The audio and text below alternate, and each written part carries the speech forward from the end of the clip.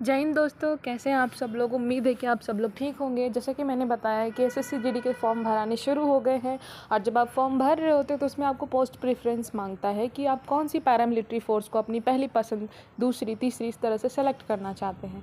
तो इसके लिए पहले आपको पता होना चाहिए कि कौन सी पैरामिलिट्री फ़ोर्स का क्या काम होता है, कौन सी ड्यूटी करनी होती है, कहाँ पोस्टिंग होती है, सैलरी कितनी है, ट्रेनिंग कैसी है, वगैरह वगैरह। तो इससे पहले मैंने सीआरपीएफ, बीएसएफ, आईटीबीपी, एसएसबी और सीआईएसएफ के ऊपर वीडियो बनाई है। नहीं देखी है तो वो देख लो। और आज मैं तुम लोग को असम राइफल्स के बारे में बताने वाली हूँ। दोस्तों, हमारे देश में जितने भी पैरामिलिट्री फोर्सेस हैं ना, उनमें सबसे पुरानी फोर्स अगर कोई है तो वो है असम राइफल्स। ठीक है। अब असम राइफल्स को कहा जाता है कि बाकी के पैरामिलिट्री फोर्सेस से ये अलग है। तो बाकी के पैरामिलिट्री फोर्सेस से ये अलग कैसे है वो मैं बताती हूँ। दरअसल क्या है कि भारत देश के अंदर जितनी भी पैरामिलिट्री फोर्सेस हैं ना, वो सब गृह मंत्रालय यानी होम मिनिस्ट्री के अंदर काम करती है। ठीक है। और उनका जो ऑपरेशंस भी होता है वो भी होम मिनिस्ट्री के अंदर ही होता है। लेकिन असम राइफल्स एकमात्र ऐसी पैरामिलिट्री फोर्स है जो अधीन तो है गृह मंत्रालय के, मतलब ये होम मिनिस्ट्री के अंदर ही आता है, लेकिन इसके जो ऑपरेशंस प्लान करते हैं वो कौन होते हैं? आर्मी के ऑफिसर्स होते हैं। आर्मी के थ्रू इसके ऑपरेशंस को प्लान किया जाता है और इसके जो सुप्रीम कमांडर होते हैं, है ना, असम राइफल्स के जो सुप्रीम कमांडर होते हैं, सबसे ऊपर के जो लीडर्स होते हैं वो सब आर्मी के आते हैं।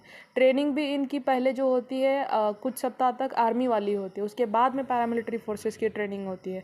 तो तुम में से जो लोग हो जो आर्मी ज्वाइन करने का सपना था और किसी कारण से नहीं कर पाए हो और फिर से आर्मी वाली लाइफ जीना चाहते हो तो तुम असम राइफल सेलेक्ट कर सकते हो। ठीक है। असम राइफल्स का पूरा जो ढांचा है, काम करने का तरीका पूरा आर्मी वाला है और वर्दी भी आर्मी वाली ही पहननी पड़ती है। ठीक है। अब बात करते हैं इनकी ड्यूटी क्या होती है।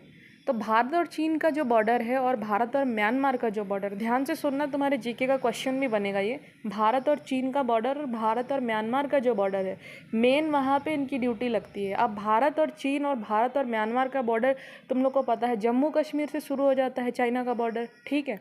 और नॉर्थ ईस्ट के जितने स्टेट हैं, असम, मणिपुर, मेघालय, मिजोरम, त्रिपुरा, नागालैंड, अरुणाचल प्रदेश, ये सारे जो स्टेट हैं ना, इनमें से कुछ स्टेट चाइना के साथ लगे हैं और कुछ स्टेट जो है मणिपुर के साथ, म्यांमार के साथ लगे हुए हैं। ठीक है। तो म्यांमार और चीन, इन दोनों देशों के बीच का जो बॉर्डर है उसकी सुरक्षा करने की जिम्मेदारी मेनली किसकी होती है? असम राइफल्स की। असम राइफल नाम सुन के ये मत सोचना कि केवल असम में, पूरे नॉर्थ ईस्ट में। ठीक है। म्यांमार का जहाँ पे बॉर्डर लगता है और चाइना का जहाँ पे बॉर्डर लगता है, स्पेशली इनकी ड्यूटी वहाँ पे होती है। इसमें लड़कियां भी हैं। ठीक है।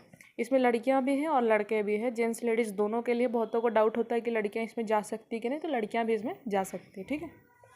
नेक्स्ट जो बॉर्डर ड्यूटी है ना इनकी, अब तुम जानते हो नॉर्थ ईस्ट में जंगलों का परसेंटेज बहुत ज़्यादा है, पता ही होगा, है ना, कितने घने जंगल है।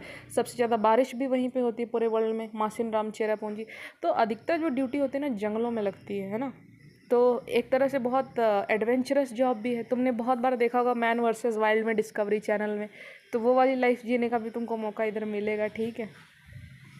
इसके अलावा जो बॉर्डर के एरिया है वहाँ पे जो गांव होते हैं ना, वहाँ पे भी चेकिंग फ्रिस्किंग का काम ये कर रहे होते हैं, क्योंकि बहुत सारे गद्दार लोग होते हैं। ठीक है।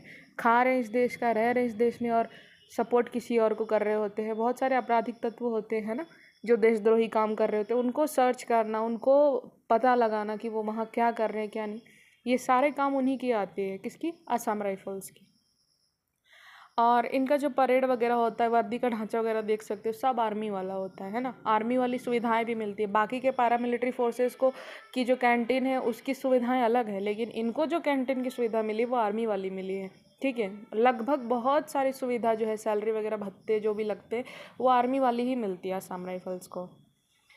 इनकी ड्यूटी थोड़ी सी टफ होती है, मैं ऐसा कह सकती हूँ, क्योंकि इनको जहाँ पे बॉर्डर एरिया में भेजते हैं अधिकतर वहाँ पे या तो जंगली इलाके हैं या फिर पहाड़ी इलाके हैं जहाँ पे बहुत सारी चीज़ों की सुविधाएं नहीं होती है। ठीक है। लेकिन जब आप वर्दी पहन लेते हो, देश सेवा में आ जाते हो, तो फिर ये सोचने की ज़रूरत नहीं है आपको।